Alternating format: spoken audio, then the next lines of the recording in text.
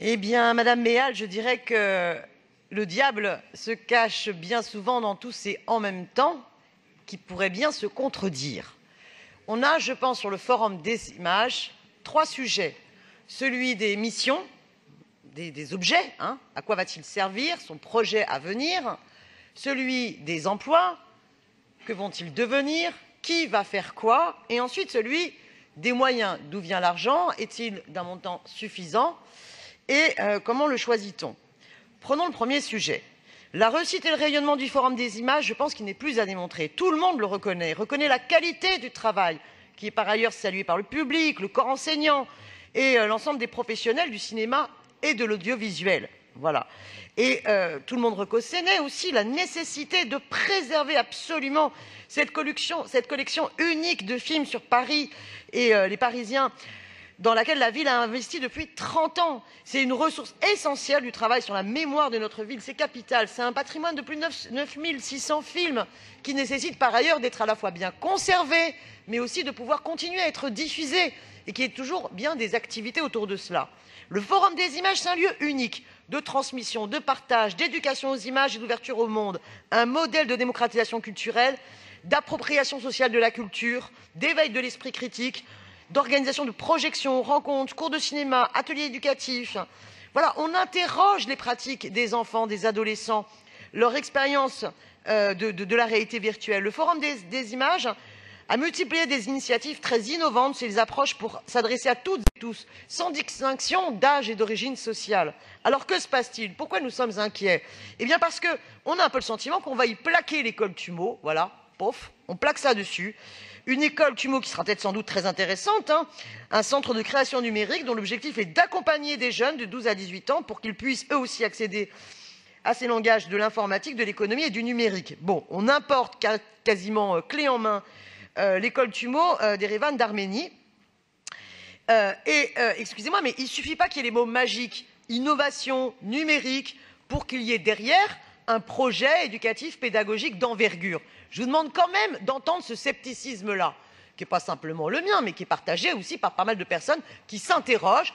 Alors tout d'un coup, il y a les mots magiques, tout d'un coup, il faut s'incliner, et on a le sentiment qu'il faudrait s'incliner pour oublier toutes les missions d'avant. Eh bien non, on a une vraie inquiétude sur ce que vont devenir ces 9 600 films et toutes les autres activités que j'ai citées auparavant. Parce que le problème, c'est que l'enveloppe, elle est contrainte. Et que les moyens qui sont alloués, eh bien, on a un peu l'impression que ça va se traduire, résultat, par la substitution d'un projet sur l'autre. Et en plus, qu'est-ce qui se passe au Forum des images depuis un petit bout de temps? Eh bien, c'est le recours au CDD, le recours au contrat précaire. Et donc, il y a une inquiétude. Plus de la moitié des CDD pourraient bien être menacés par l'arrivée du projet Tumo, qui justifierait, de la part des ressources humaines du Forum des images, eh bien, d'accompagner vers la porte de sortie un certain nombre de personnes qui y travaillent. Donc, oui, il y a un sujet. Ensuite, troisième sujet, d'où vient l'argent? Alors, moi, je m'appuie, oui, sur le travail qu'a pu faire le groupe communiste au précédent conseil et notamment au moment du budget.